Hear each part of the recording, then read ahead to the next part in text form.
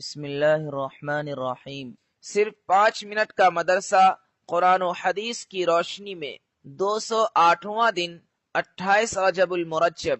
Number 1 اسلامی تاریخ۔ حضرت عبداللہ بن عمر رضی اللہ تعالی عنہ رسول اللہ صلی اللہ علیہ وسلم کے جلیل القدر صحابی اور حضرت عمر فاروق رضی اللہ عنہ کے سب سے زیادہ باکمال صاحبزادے ہیں۔ ان کے نیکی و تقوی کی شہادت خود رسول اللہ صلی اللہ علیہ وسلم نے دی۔ حضور صلی اللہ علیہ وسلم نے فرمایا، عبداللہ بہترین شخص ہیں، کیا ہی اچھا ہو جو تہجد بھی پڑھنے لگیں۔ اس فرمان کو سننے کے بعد عبداللہ رضی اللہ عنہ رات کو برائے نام سوتے تھے، ساری رات نماز میں مشغول رہتے، اور جب صبح صادق کا وقت قریب آ جاتا تو استغفار شروع کر دیتے۔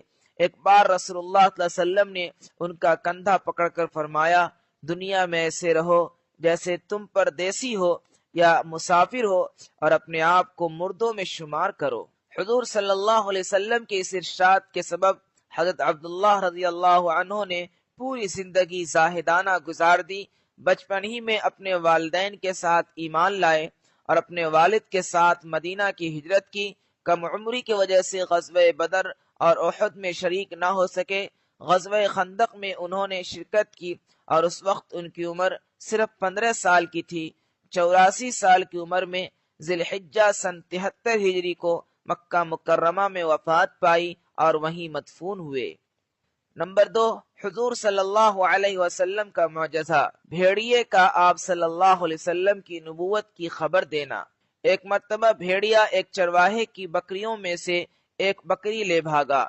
چرواہے نے دوڑ کر فوراً اپنی بکری اس سے چھڑا لی۔ بھیڑیے کو اللہ تعالیٰ نے بات کرنے کی طاقت دی۔ اس نے چرواہے سے کہا، خدا نے مجھے جو رزق دیا تھا اسے تو نے مجھ سے چھڑا لیا۔ چرواہے نے کہا، بڑے تعجب کی بات ہے، یہ بھیڑیا تو باتیں کرتا ہے۔ بھیڑیے نے کہا، اس سے زیادہ تعجب کی بات تو یہ ہے کہ مدینے میں ایک شخص ہیں جو گزری ہوئی باتوں کی خبر دیتے ہیں اور آئندہ پیش آنے والے حادثات کی نشاندہی کرتے ہیں۔ وہ چرواہا یہودی تھا۔ رسول اللہ صلی اللہ علیہ وسلم کی خدمت میں حاضر ہو کر سارا قصہ بیان کیا اور مسلمان ہو گیا۔ نمبر 3 ایک فرض کے بارے میں، تکبیر اولا کے ساتھ نماز پڑھنا۔ رسول اللہ صلی اللہ علیہ وسلم نے فرمایا، جو شخص 40 دن اخلاص سے تکبیر اولا کے ساتھ باجماعت نماز پڑھتا ہے تو اس کو 2 پروانے ملتے ہیں، ایک جہنم سے بری ہونے کا، دوسرا نفاق سے بری ہونے کا۔ نمبر 4 ایک سنت کے بارے میں، اسلام پر وفات پانے کے لیے جو یہ چاہے کہ اس کا خاتمہ ایمان پر ہو اور نیک لوگوں کے ساتھ رہے تو وہ یہ دعا کرے، فاطر السماوات والارض انت ولی فی الدنیا والآخرہ توفنی مسلما والحقنی بالصالحین۔ ترجمہ، اے زمین و آسمان کے پیدا کرنے والے، آپ ہی دنیا اور آخرت میں ہمارے آقا ہیں، ہمیں اسلام کی حالت میں وفات دیجیے اور نیک لوگوں میں شامل کر دیجیے۔ نمبر 5 ایک اہم عمل کی فضیلت، 2 محبوب کلمے۔ رسول اللہ صلی اللہ علیہ وسلم نے فرمایا، 2 کلمے ایسے ہیں جو زبان پر بہت ہی ہلکے ہیں اور ترازو میں بہت ہی بھاری ہیں اور رحمان کو بہت محبوب ہے، سبحان اللہ و بحمدہ سبحان اللہ العظیم۔ نمبر 6 ایک گناہ کے بارے میں، قرآن کو جھٹلانا۔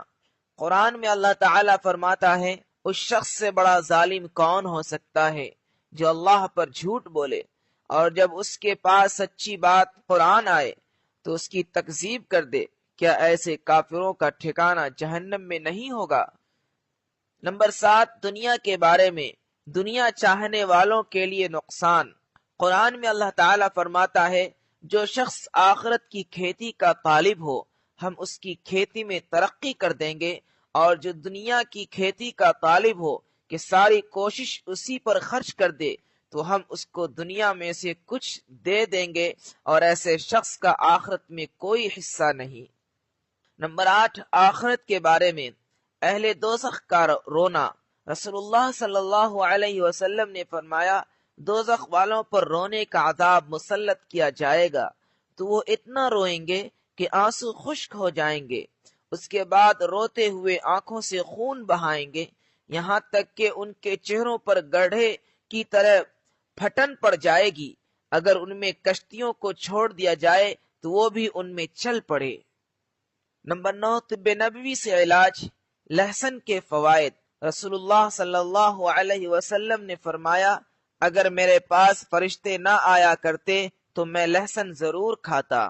فائدہ، آپ صلی اللہ علیہ وسلم کے فرمان سے صاف ظاہر ہے کہ لہسن اپنے اندر بہت سے فوائد رکھتا ہے، چنانچہ اطباء کہتے ہیں کہ اس کے کھانے سے سینے کا درد جاتا رہتا ہے، یہ کھانا ہضم کرتا ہے اور پیاس کم کرتا ہے وغیرہ۔